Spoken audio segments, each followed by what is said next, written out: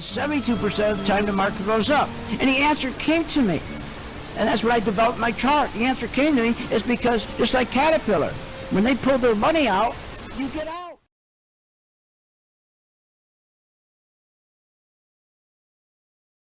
Whoa. It's your daily dose of how to manage your money. And now it's time for Phil's Gang on the Off the Wall Street Network. Oh, God. I get nuts. With your host, Phil Grande. Bye. Good afternoon and welcome to my podcast. A lot is still left to be unpacked. Who knows where this is going? It just came across the wire that Trump threw Iran's peace plan in the garbage. What does that mean? We don't know. But here's what we do know. We spent $44 billion in a little more than 30 days. And it appears that we stopped.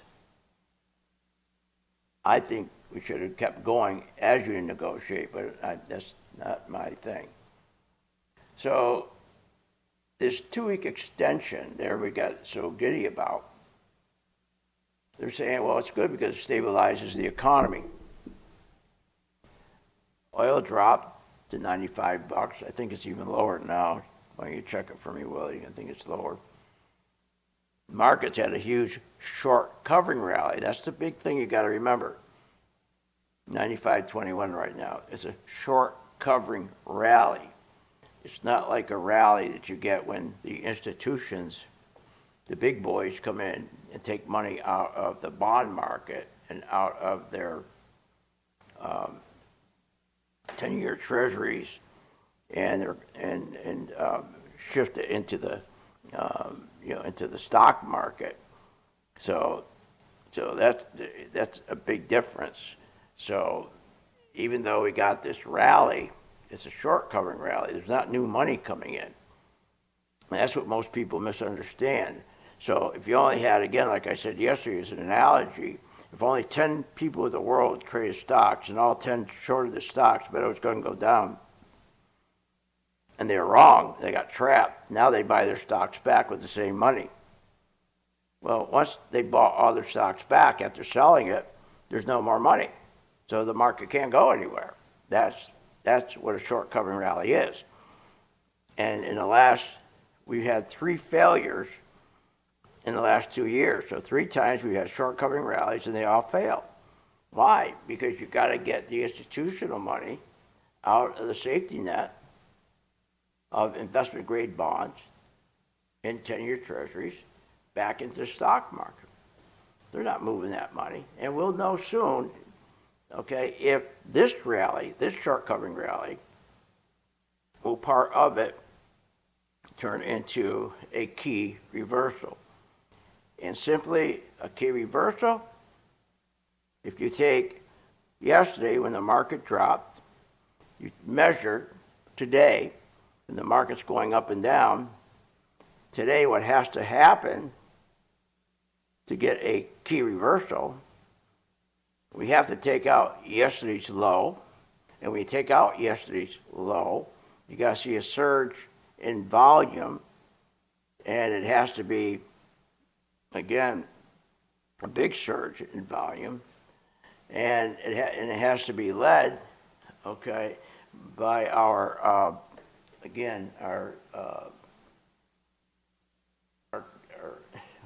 I'm sorry, let me find out where I just left that there. By the cyclical stocks, sorry, I drew a blank.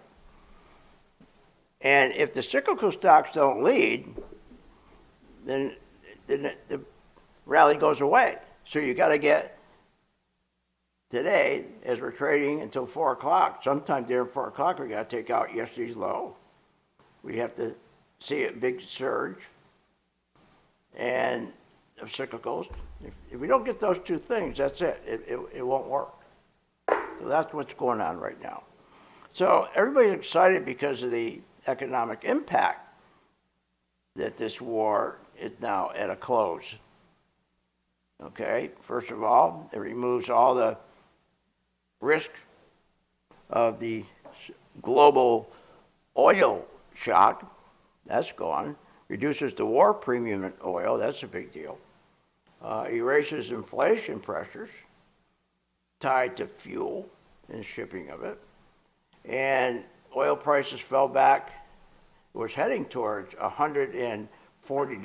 It fell back to $95. And that would have been terrible if we got up to around $140. And not only that, if we stayed over $112 very long, and our yields stayed above 4.35 very long, that triggers stagflation, which is a terrible thing. Last time we had stagflation, like I told you yesterday, it took us over 10 years to get out of stagflation. Now, we have, thank God, lower gasoline prices. And we have, again, lower costs now for transportation, manufacturing, agriculture. That's good news, especially fertilizer. Fertilizer is going through the roof. And we don't have the same threat as we had during the energy crisis. I don't know if most of you know that, but we had a terrible energy crisis. I was in the oil business then, gasoline, I had gasoline stations. 1973, 1979, and 2002. And now what I'm saying is, if this war didn't stop and oil heading up towards 140, this would have been worse than if you combine what happened, the energy crisis of 1973, 79, and 2002. It would have been far worse than that. And I went through that, and I know how bad that, maybe you remember, you had to stand in line, and you got odd and even days with your license plate when you can go fill up. It was brutal. So we're avoiding that. Now, the economic impact, we avoided this recession to trigger, but worse, we avoided stagflation to trigger. That's the brutal one. That's nasty. Also, our GDP growth should start picking up. That's helpful. So, I mean, I could go on all day for the benefits. I'm not going to do it. But again, the real thing we got to talk about here is, what's the deal going to be? What kind of deal is he going to make? See, I think he made a big mistake in stopping the war.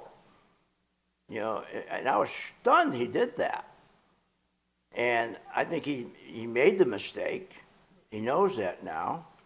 And I couldn't understand either. Why was it that, if you recall, he used to criticize Obama and Trump, which they should have been, I mean, Trump criticized Obama, and of course, Biden, they should have been criticized, because they would always telegram where they were going to attack and when they were going to attack. And Trump made fun of that. So I couldn't figure out, why did Trump telegraph when he was going to attack the power plants and the bridges? His CIA knew damn well, once he telegraphed it, the big news is going to be that they are going to do these human chains around the power plants. I mean, it's what they do. They've been doing that for 100 years. So didn't Trump know that?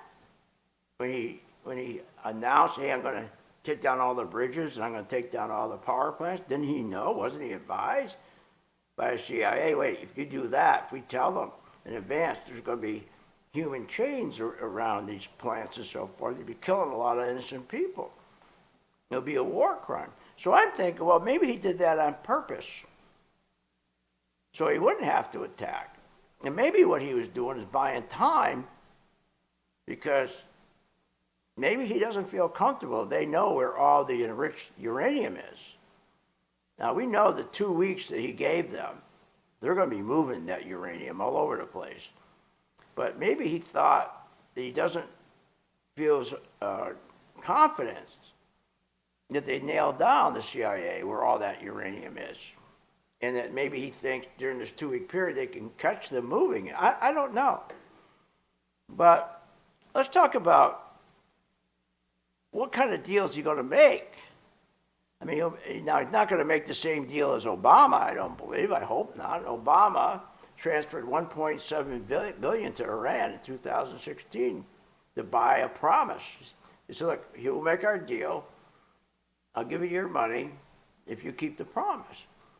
Now, 400 million of that was cash. Now, that was a part of a settlement they had in pre-1979.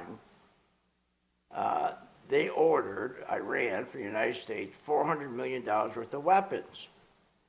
And when things started to get ugly after the Shah was thrown out of Iran, the United States stiffed them and kept the money.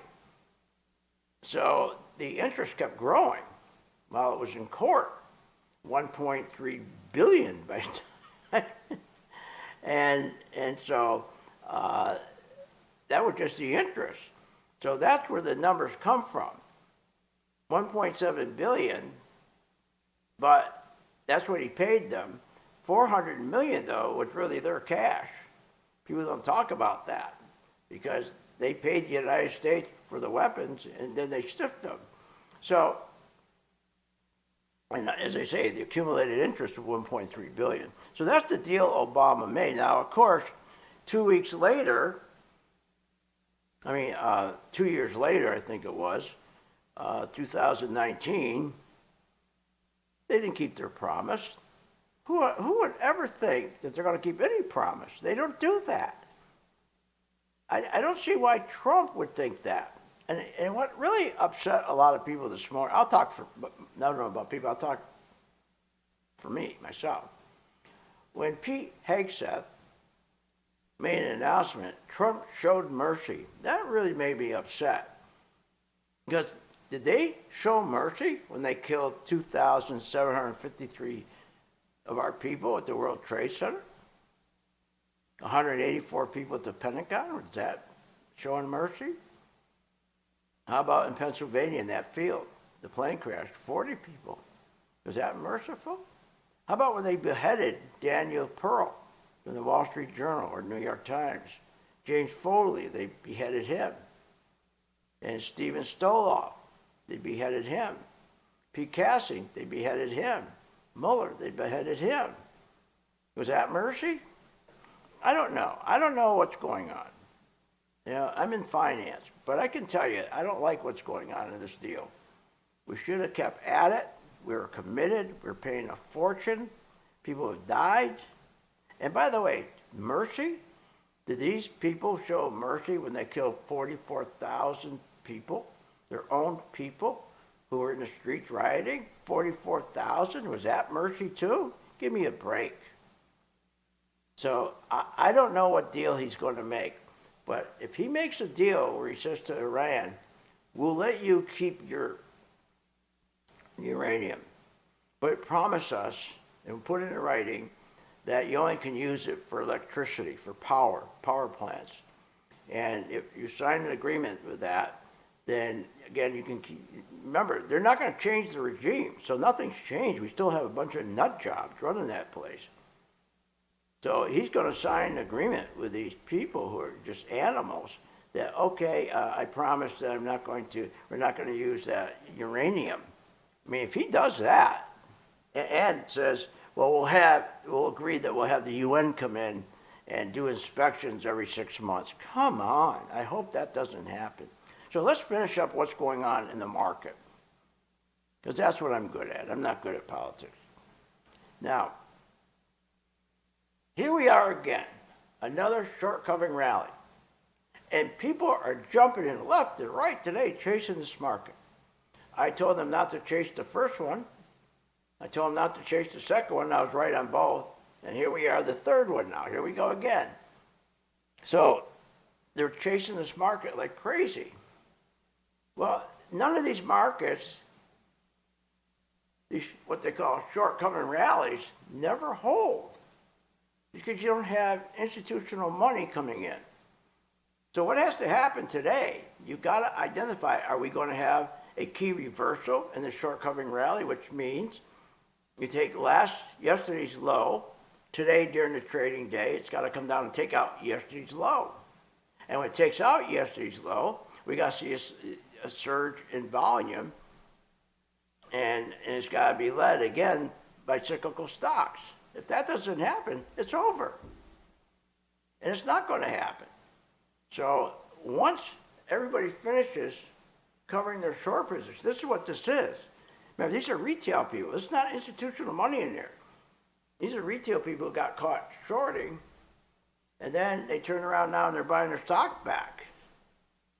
So be very careful for the next 4 or 5 days. There's a lot of opportunities, but be careful. So I hope I gave you some good information, especially on the stock market. This is where people really get hurt, short covering rallies. I'll see you on the charts.